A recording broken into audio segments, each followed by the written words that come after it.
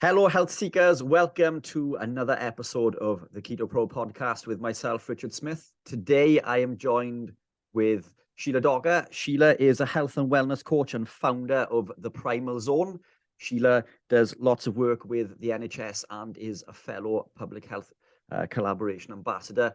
Hello, Sheila. Welcome on board. Thanks for inviting me, Richard. It's good to see you again. Good. Have I missed anything else out with the intro there?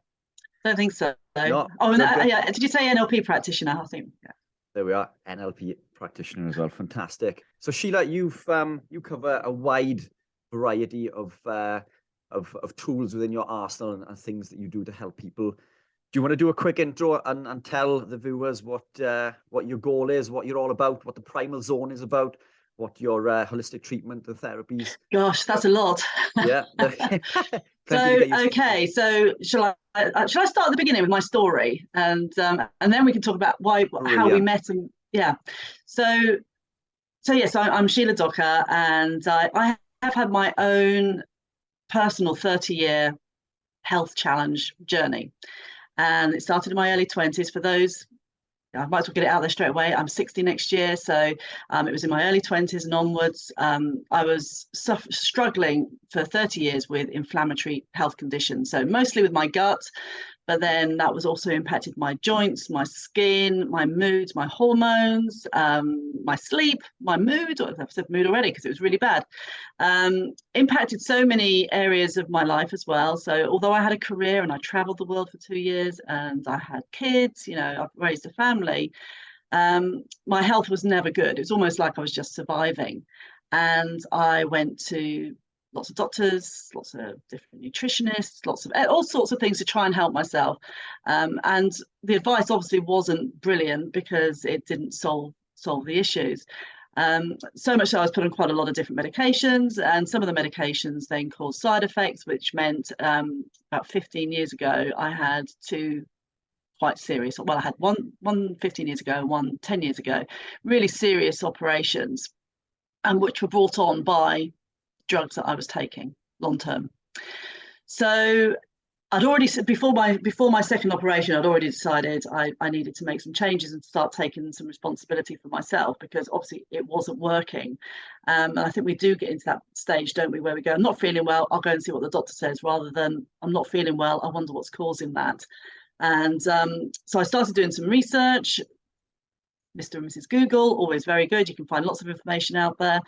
And came across Primal, which is ancestral, it's paleo, it's keto, it's all sorts of things, but it is really about taking things back to basics. But as I started reading it, it was just like clicking in my head, and all that advice I've been given over those years was totally going against what this was saying to me. So I had those struggles for 30 years, and within the first week of changing not only my nutrition, but my movement and other things as well, my lifestyle choices, within a week, a lot of the things had already gone.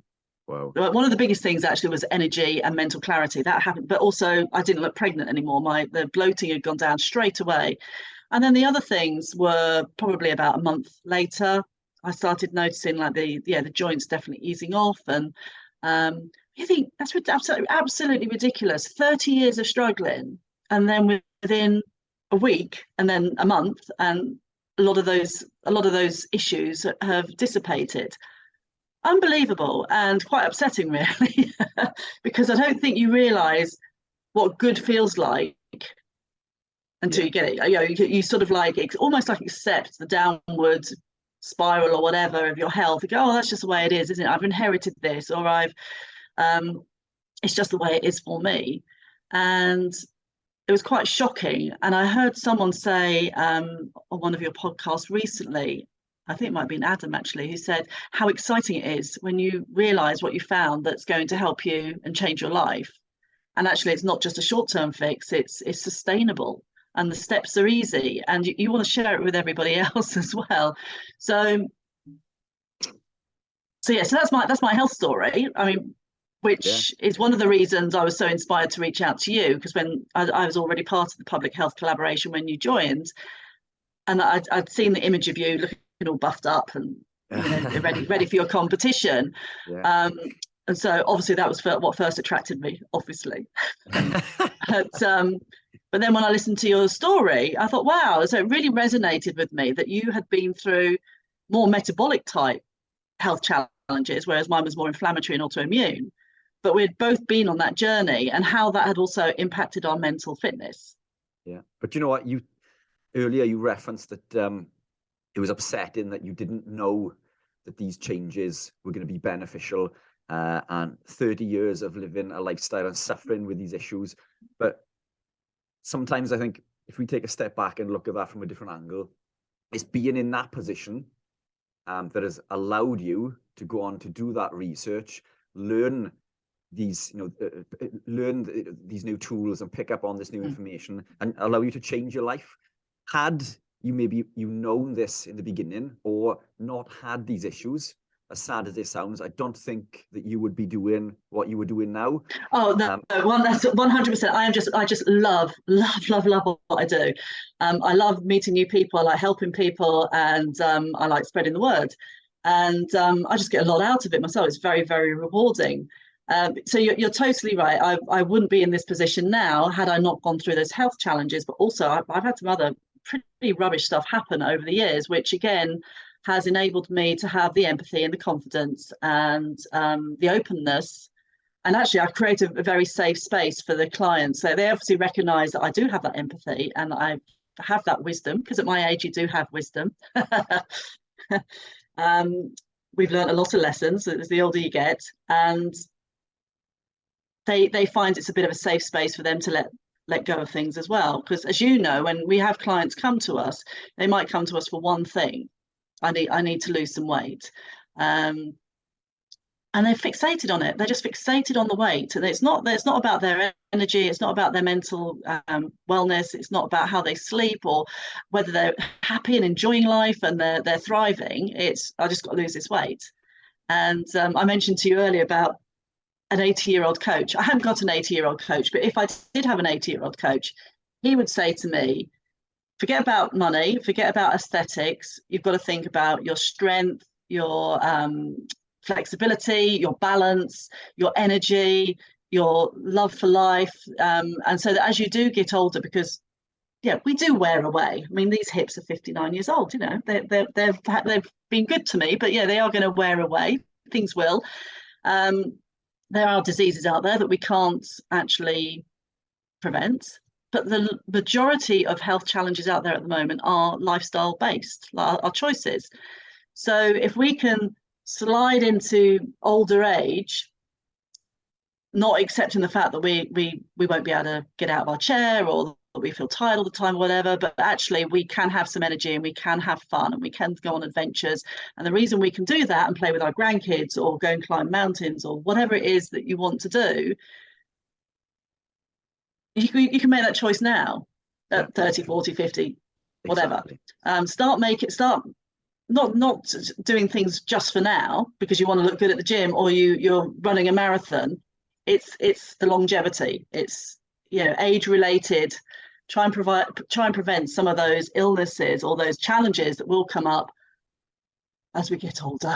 Yeah, I think we put a lot of it down to genetics. Many of us will say, it's these are issues that my parents suffered with. It's in my genes. There's nothing I can do about it. But what people don't understand is that we are products of our parents or the people we are surrounded by.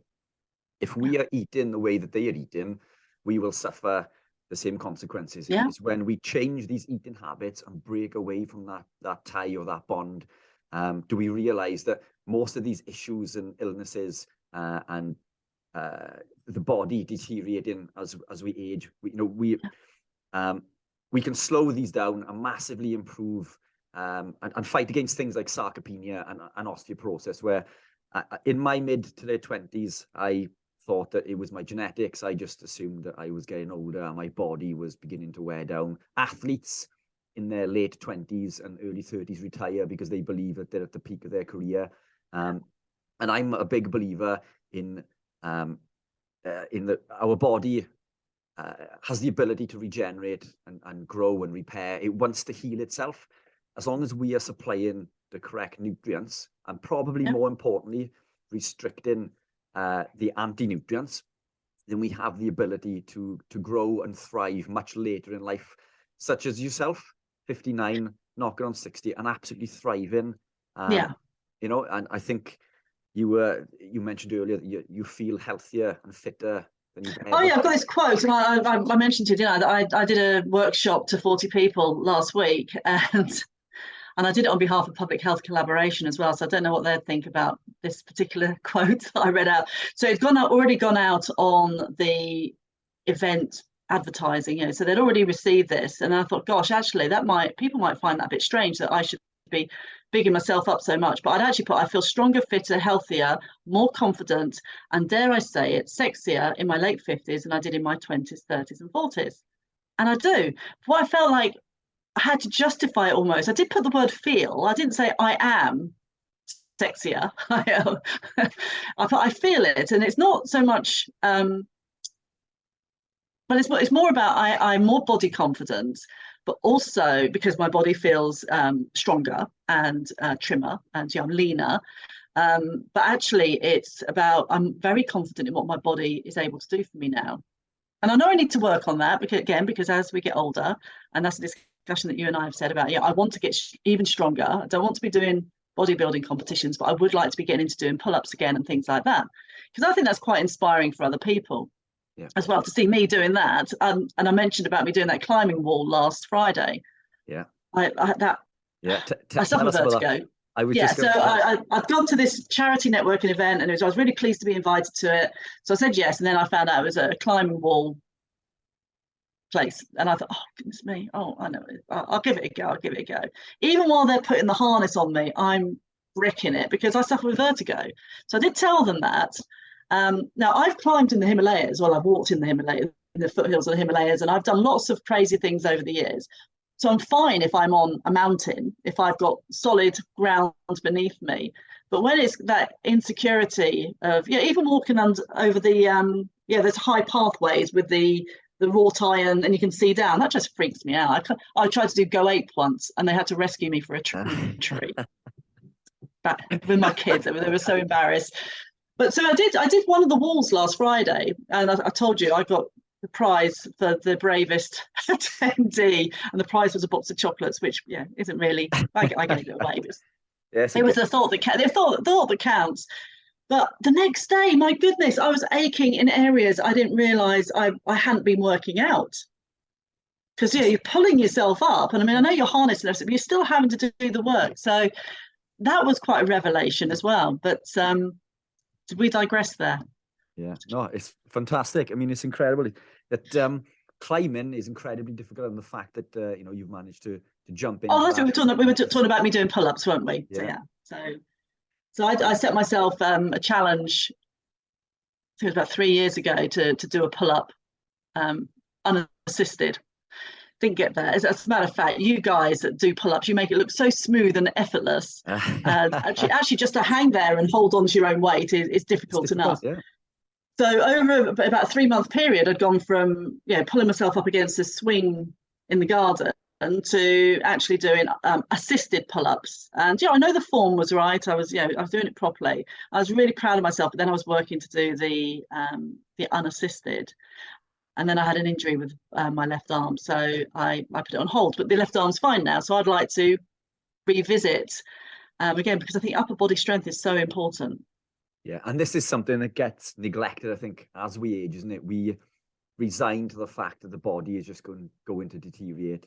And things that we are told within modern nutritional information about osteoporosis and sarcopenia. Yeah. We're told to avoid eating certain foods, and we are encouraged to eat other foods that contain anti-nutrients. I know. And I think that's where you were coming from, isn't it? This primal based way of eating. So I mean, you don't support one particular way of eating. I think you work with the clients as an individual. Am I right in saying that? And so well, yes, because I have had a few vegetarians that I've worked with, and that's tough actually. They don't really want to make change because I'm not carnivore, but I am almost. I'm doing keto this week. I did 24-hour fasting yesterday for the first time ever, which was I'd like to talk to you about, because I was really shocked by how I felt doing that. But it's high protein, high fat, low carb. So it's all about taking things back to basics. And I speak to people about how, think about your grandparents, or in your case, probably your great grandparents. But my grandparents, they grew vegetables in their garden. They went and queued at the butchers or the bakers or whatever. They got their food from particular shops. So it wasn't this 24/7 availability of highly processed foods that, for goodness sake, can now be delivered to your door. Yeah, it's too easy, too convenient. And hunger is not an emergency. I did a post about that once recently. Hunger is not an emergency. You don't need to be eating all the time. Yeah, you need to give your body a rest. Exactly. We're not designed to eat 6 meals a day, every 2 hours. Within the community that I sort of moved in for the last few years, the bodybuilding community, they consume silly amounts of carbohydrates every 2 hours. Their body is never giving the digestive system a break, constantly causing damage to the arterial wall through this over-ingestion of carbohydrates, damaging the glycocalyx, damaging or causing impacts on insulin resistance. And they don't see this until much later in life, or it is too late. But it's simply taking things back to basics. So when we look at the foods, or the terms that people call what we do, you can call it carnivore, keto, low carb, whatever you want to call it.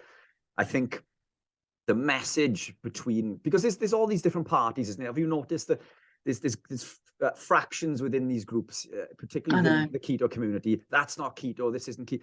Look, at the end of the day, everyone's on their own journey.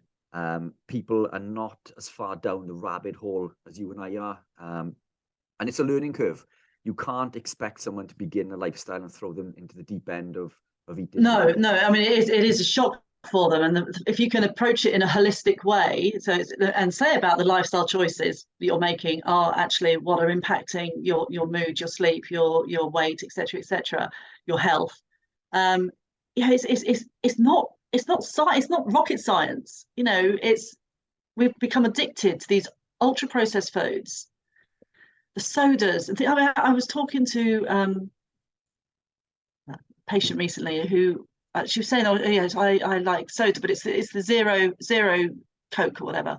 So what do you think is in that? Then she goes, "Well, there's no sugar." I said, well, "What do you think's in there?" Yeah, what do you think they put in instead? Yeah. I said, "Your body still thinks it's having sugar." And I said, "How much do you think you might have?" And she goes, "Oh, I don't know, 4 or 5 glasses." I said, "So if we're looking at a 2-litre bottle, how much of that 2-litre bottle?"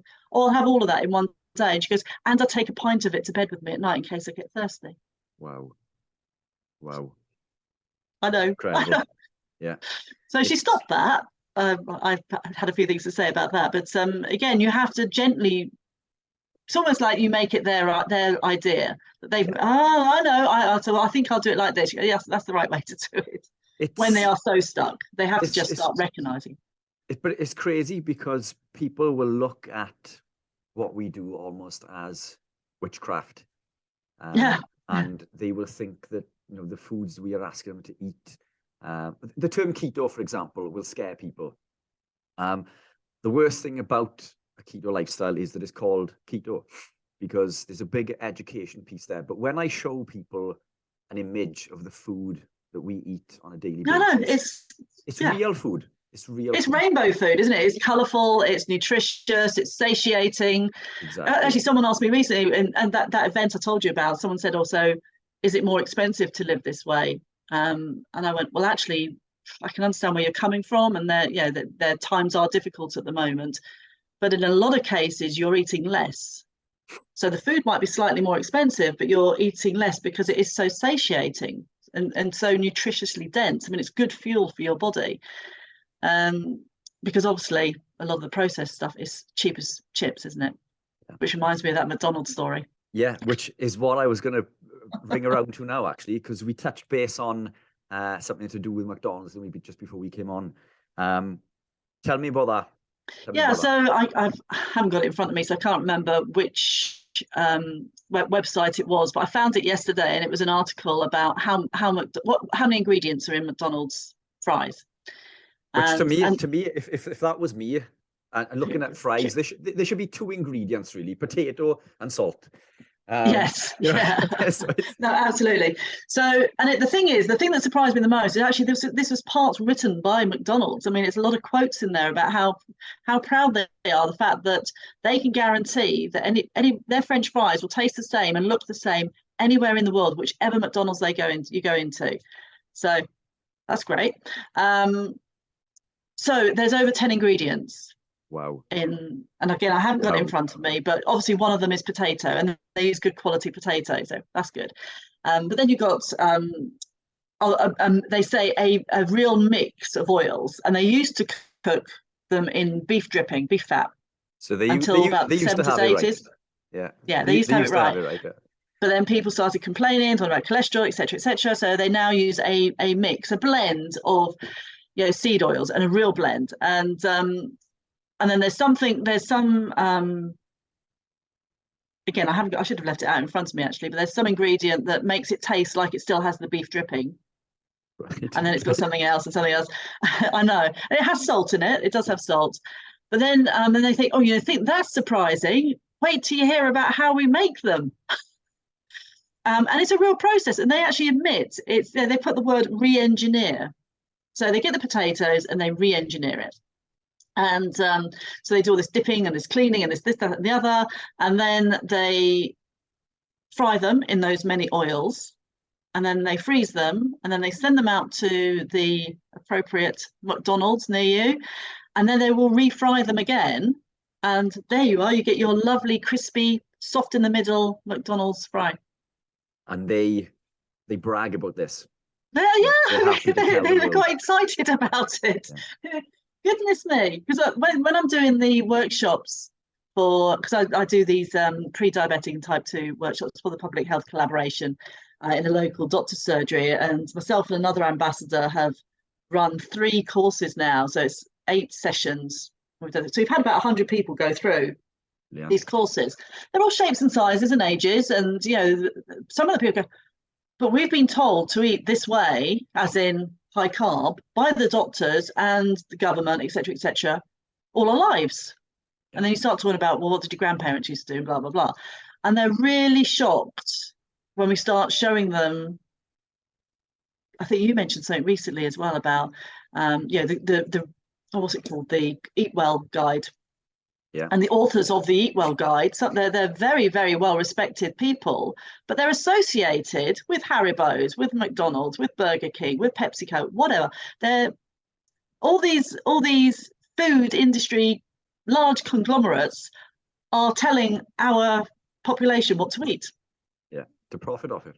Yeah. No conflict of interest. Yeah. Yeah, it's crazy, absolutely crazy. And these companies are owned by the same companies that own the pharmaceutical companies. So one set of companies will tell us what to eat. We become sick, and then they pass us over to their friends, the pharmaceutical companies, who give us medication. I know. And that's where all the money is, isn't it? And the NHS, bless them, get such a small, tiny amount of that.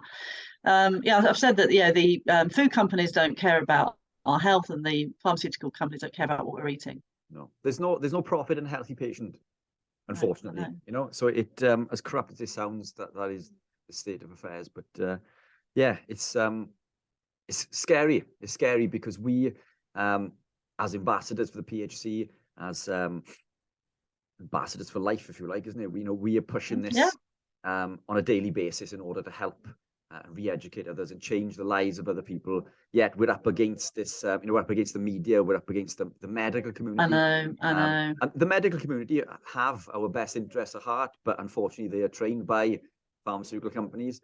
So lots of mixed messages. So when you're holding these talks, it's difficult to overcome, these. It is. It's almost like you have to say to them, what have you got to lose by just trying it? Yeah. Well, what have you tried for the last 30 or 40 years? They've yo-yo dieting, and they have carb heavy lifestyles, and very stressful lifestyles as well, and probably very sedentary, and so there's all sorts of things coming into play there.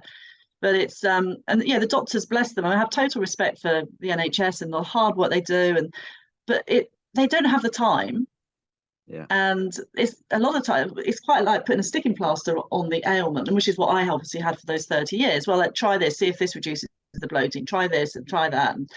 And, yeah, it's tough. It's tough. But if we as a population can start taking responsibility for our own health, that will take the pressure off the NHS, surely. Exactly. But what I'm guessing, you know, from my perspective, what I do on a daily basis, it's tough.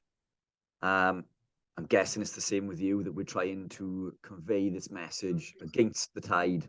So it's difficult. But, so yeah. What's your inspiration behind persevering every day and taking a boost on social media? Oh, I know. Oh gosh, I'm too old for social media, but I have to do it. And for me personally, I'm finding LinkedIn is the best place to be, because the people I work with, I work with both. Am I okay to share the sort of people I work with? So I work with both men and women, but I do have quite a few male clients on board now. They're mostly midlifers, and I know that wasn't the question you asked, but I'm just going to share this anyway. Right away. Because you were asking what's my motivation and inspiration. It's actually seeing the results with the clients that I work with, or even if I've just offered some information, someone's going, oh gosh, that makes so much sense, even if they're not working with me. But actually having, I did this the other day, I said to someone who was fit, one of my clients was having a bit of a rubbish week. I said, okay, give me 3 things that you're grateful for today. And the first thing they said was, I'm grateful that I'm working with you. Oh, fair play. And it's things like that. Yeah. You know, we can't change everybody's lives, and we can't impact everybody. But if we can impact one person, Exactly, then that's so rewarding. Yeah. And it gives you a bit of a buzz, doesn't it? It's seeing someone going, oh gosh, I'm feeling really good today. I can't believe that a week in, I already feel this much better. And quite a few of the people that I'm working with, they're business owners, or they are on the corporate ladder. They're quite senior, and they're of an age where they might be thinking about retiring, and because they've got money, they've got lots of shares, they put the kids through uni, they haven't got a mortgage anymore, so they've got money, and they're now thinking, right, what am I going to do? What exciting adventures can I have with my wife or my friends or whatever? And they're looking in the mirror and going, I look grey, I look bloated, I don't feel great. The doctor may have given them a warning saying, if you don't make some changes, then you're going to be on medication, or something worse is going to happen. Or I say to them, okay, so you're planning this trip, you stay with your wife, for instance, and it's been a round the world trip that you've been wanting to do for ages, but suddenly she becomes your carer rather than the person that you're having an adventure with because you've had a stroke, or something else has happened because you haven't been looking after yourself. So it goes back to this very beginning thing about what would your 80-year-old coach say? Yeah, he wants you to be having those adventures. I presume it's a he, but yeah, actually, women live longer than men anyway, so it's probably a woman. But so yes, it's about them making lifestyle changes to see them into their older age. Yeah. But also feeling good about themselves, because there's a lot of divorces out there, or bereavements, or they've been made redundant, or just life gets in the way of looking after yourself. Excuse me. And I say this to a lot of people actually, if you don't put yourself first, you're not going to be able to help other people. Exactly. And whether it's your children, it's your elderly parents, it's your team working for you at work, or we do have a tendency to put other people first, especially when you've got kids. Yeah. But you're no good to them if you're not in a good place yourself. Exactly. And you're leading by example, knocking on. Yeah, I hope so. I mean, I'm human, Richard. I'm human.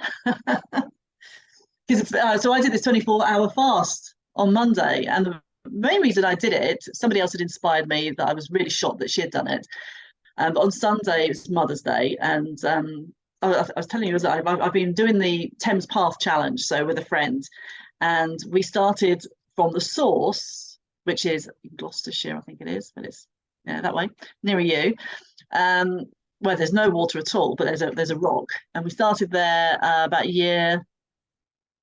just over a year ago, and we've now made it to Putney.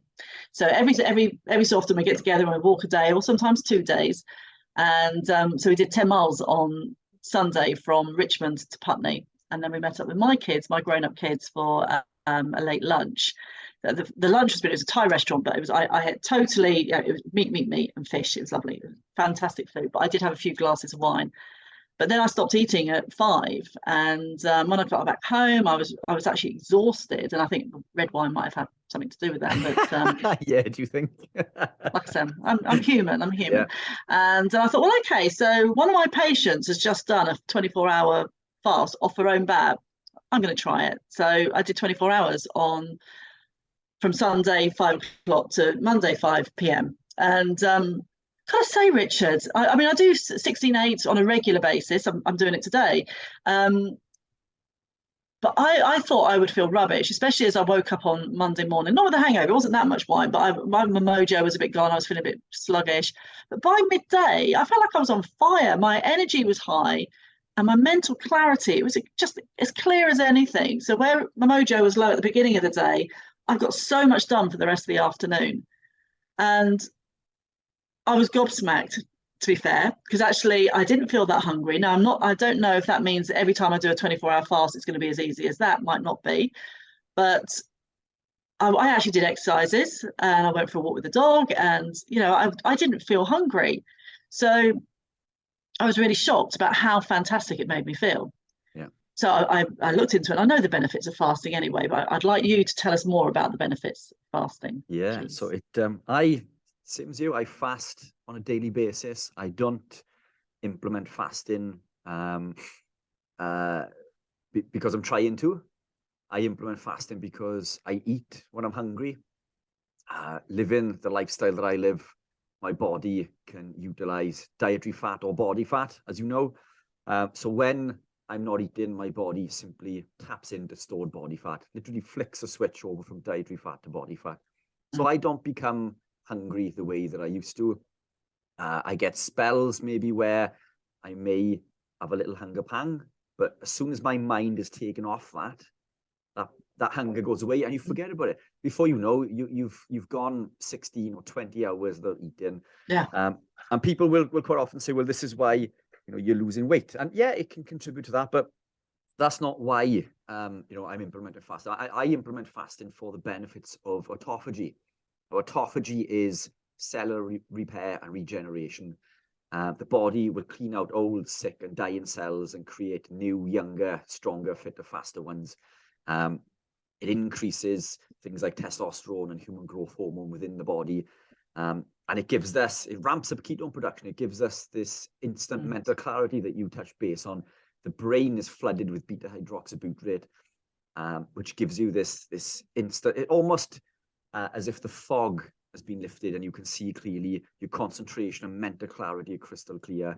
And this is one of the main reasons that I implement fasting.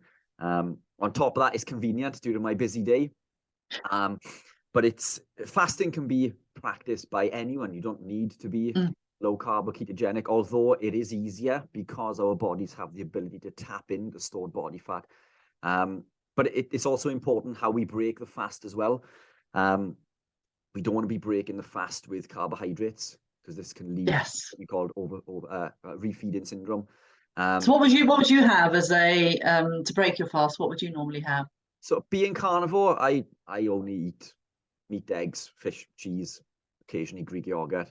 The protein and collagen that we manufacture, and the MCT oils and electrolytes. But it will be a meat dish, protein based, obviously, with fat. So proteins and fats. It's as simple as that. I consume very little carbohydrate anyway.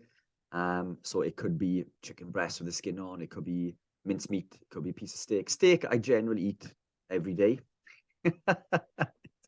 And coming back to what you said, it's not as expensive as you think, because when you forge relationships with your local butcher, you go in. I spend around £60 a week on bags full of meat.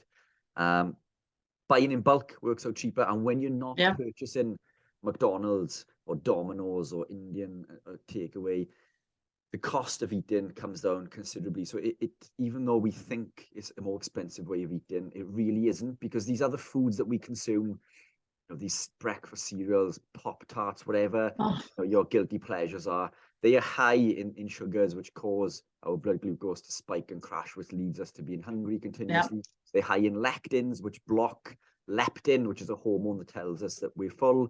So it constantly leading to us over consuming. Eating a nice fatty cut of steak or an egg even is highly satiating. And when we are restricting these anti-nutrients, the body, as you said earlier, is absorbing all of these nutrients. So yeah, certainly the way forward. Fasting is definitely easier if you were low carb and ketogenic, but anybody can practice fasting. Well, if you think about the amount of cultures and different faiths that use every one fasting, of them. I mean, we're about to go into Ramadan, aren't we? That's soon. Yeah. So the benefits of fasting for health, but for faith and all sorts of reasons.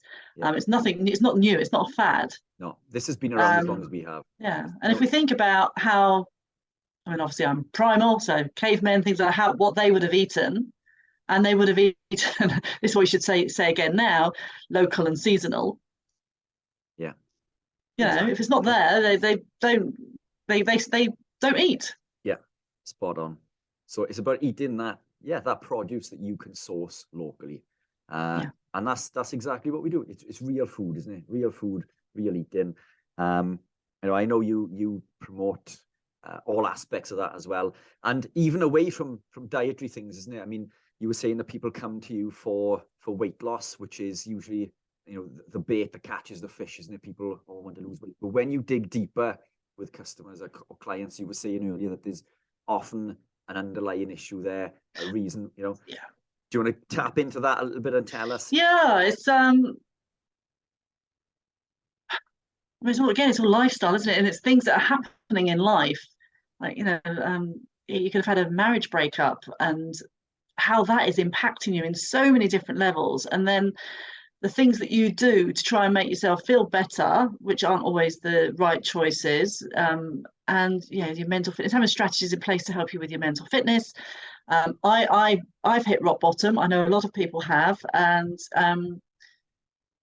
it's not always because you've got an imbalance. It can be situational, like you've lost a loved one, or there's a lot of stress, and then things just get on top of each other, and you start spiraling a bit, and you just take yourself to a dark place, and sometimes you don't know who to talk to, or how to put those strategies in place. So I'm not saying I'm a mental health counsellor, but I can signpost, or I can help them build strategies. So what else? The low libido, and you'll go to the doctor and get some medication. Well, let's try a few other things first, and with your exercise and your food, and how are you sleeping, and what are your stress levels like, and you travel a lot, so when you have the jet lag and you're traveling constantly, that can have a huge impact on your lifestyle as well, and how you're feeling about yourself. Movement's important, and I very much go on the body strength exercises and sprinting every so often, but not doing ultra workouts. Keeping things nice and steady, but building on your body strength. So it's like things like the squats and the press ups and lots of walking, and then if you want to do specific sports, and that's great, because that also brings play into it as well, then, doesn't it? And your enjoyment and your social bonding and things like that. So it's quite interesting that you say, oh well, I'm a health coach, but then generally people have an awful lot more going on than that one thing that they've come to you for.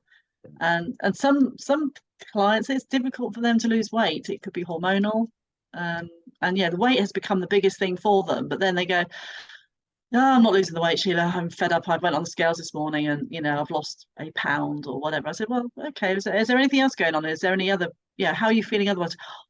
I slept I'm sleeping like a baby, and I've got so much energy, I don't know what to do with it. Oh, and by the way, I've had to buy some new trousers because actually the others were too big for me. So your body composition has changed. And because you're exercising, you're building muscle. And it's getting people to understand what feeling good is like, and actually embracing our bodies, because we're all different. We're all different shapes and sizes. We've all had, not all of us, obviously you haven't, but we have babies, so your body shape changes there, and we don't all just pop back to how we were before. And just embracing that we are of a certain age, and the main thing is enjoying life and feeling good in yourself. Yeah, and that's what And it's it's all about. it's not you can't, well, yeah. When you start comparing yourself to other people, it's the thief of joy.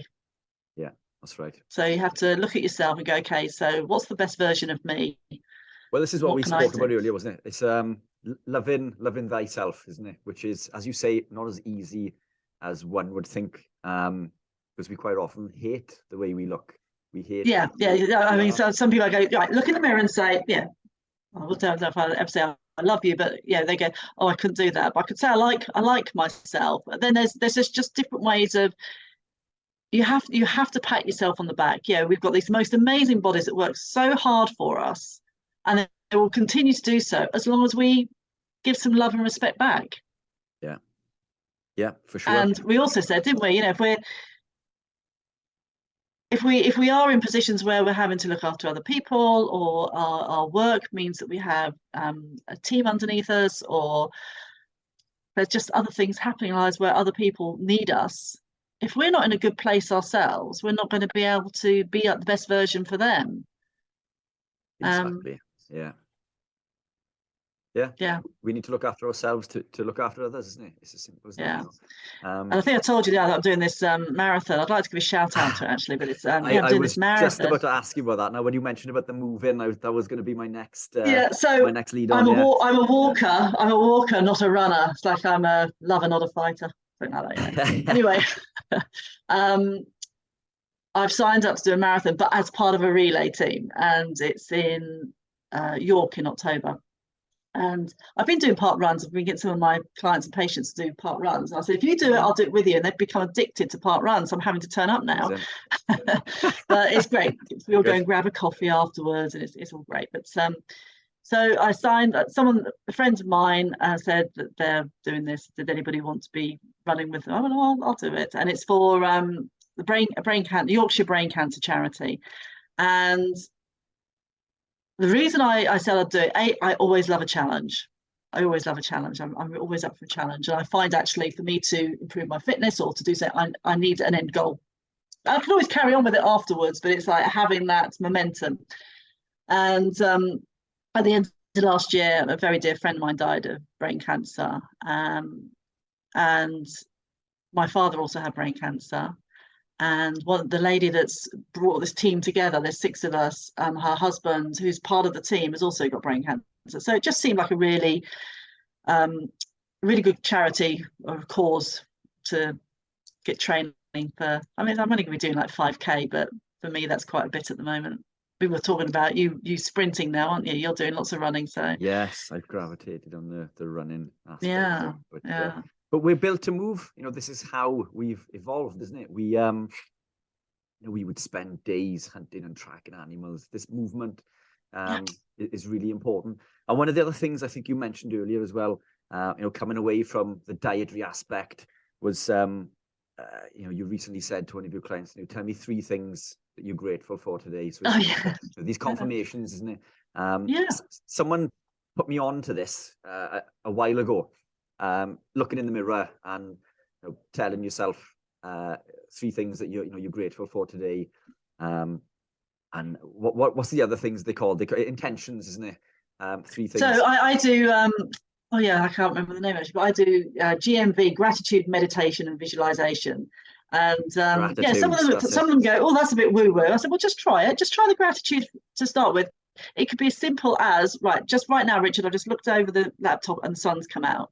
I'm really grateful the sun's come out now. It could be that you just had a really amazing cup of coffee, or that someone's rung you that you haven't heard from for a while. It could be really small things like that. But when you start appreciating the small things, the bigger things are like, wow, okay. So, yeah, we could be grateful for so much. But we do have a tendency, being quite generic here, but we have a tendency to look at what's going wrong in our day, or what's and that's me. Yeah. I hate to say it, but that is me. I do it too. I am constantly looking at negatives. But why? Well, this is the thing. So what I've found is people will come in and see me. How's your day going? Well, this has happened. How's business? This, and I keep highlighting all of the negatives. So I pulled myself up on this recently because it almost becomes a self-fulfilling prophecy, doesn't it? Yeah. Yes. Manifestation. That's it. Yeah. Yeah. So, I mean, I do find I've actually done myself a mood board, a vision board recently, and I've never done one before. And I get my clients to do it if they're up for it, if they fancy doing it. You know, and it is quite a good way of getting that stuff out of your head and down. And this is where I want my business to go. This is where I want my fitness to go. This is what the trips I want. And I would really love to be able to work on a houseboat in India for a month. So I've got a houseboat in India, just because I want my work to allow me the flexibility to be able to work anywhere in the world. Because I do most of it over Zoom. If they're local, like there's one chap I'm meeting this evening, we're going to have a meal together, and it's because that's the only time he's got. Whereas, most of them, I've had clients in Australia and in the States and in Canada, and and a few in Ireland. So you can't see everybody. You can't have the time for that. But over Zoom, I think that's where lockdown did have a big benefit, because we got so familiar with it. So yes, it's actually about manifesting, isn't it? It's believing in yourself. Because you said some really good things to me before we came on onto the call about the show you went to at the weekend. Yeah. And you started off by saying, "Oh, I'm absolutely exhausted. It was a really long day." But you went, "But you know what? It's great for the brand. It's great for business. We were one of the most popular stands there, and it was really good to meet people." And so it's looking at those sides of things about how that's going to take your business forwards and you forwards, and sort of allowing yourself to float on that for a while, rather than going, "Gosh," and it was like midnight when we left, and then we had to unpack, and it is exhausting. Yeah. I mean, one of the questions you asked me at the beginning of this was about social media and what inspires me to get going. It is exhausting running your own business, because actually what we want to do, well, for me personally, because I don't have a product to sell, but I obviously want clients, and I want to be able to serve those clients to the best of my ability and help them make really good lifestyle changes. But the only way they're going to know that that's what I do is by putting myself out there. And you mentioned about you didn't say the word trolls, you said something else, but once you put your head above the parapet, you're there to be shot at. Yeah, I may have used a stronger word than trolls. Yeah, you may have done. Yeah, you may have done. But and we're not the only ones that get that. It's I know some really well-known keynote speakers. Their imposter syndrome is huge, because they're comparing themselves to other people, or they're being, there's one person in the audience that looks like they're falling asleep, and so they focus on that one person. Well, it obviously didn't go very well because that one person wasn't excited by me being on stage, whereas the rest of the people are probably giving them an encore. And it's like when you have those reviews, isn't it, the newspaper reviews of shows and things like that, and it's so easy to be taken in and feel not inferior, but lose your confidence. Be knocked for a while. So just remember the good that we're doing for other people. We're not trying to push a fad. It's just the words we're using, and there are so many other words used for really short-term, quick fix diets, and it just makes. And then of course keto and primal and paleo and carnivore and vegan, low fat, high fat, whatever. It's all merged into one. It becomes totally overwhelming, which is why it's important to take it back to basics. It's just about eating real food. Eating real food, plain and simple. Yeah, which is exactly what we opened with in the beginning. Exactly. Oh, very clever. It was almost like we planned that. Yeah, exactly. So there we are. We'll finish where we started. Really quickly, Sheila, what are your plans for the future? Is there anything you want to tell us that you're implementing shortly, or anything you're excited about other than the marathon?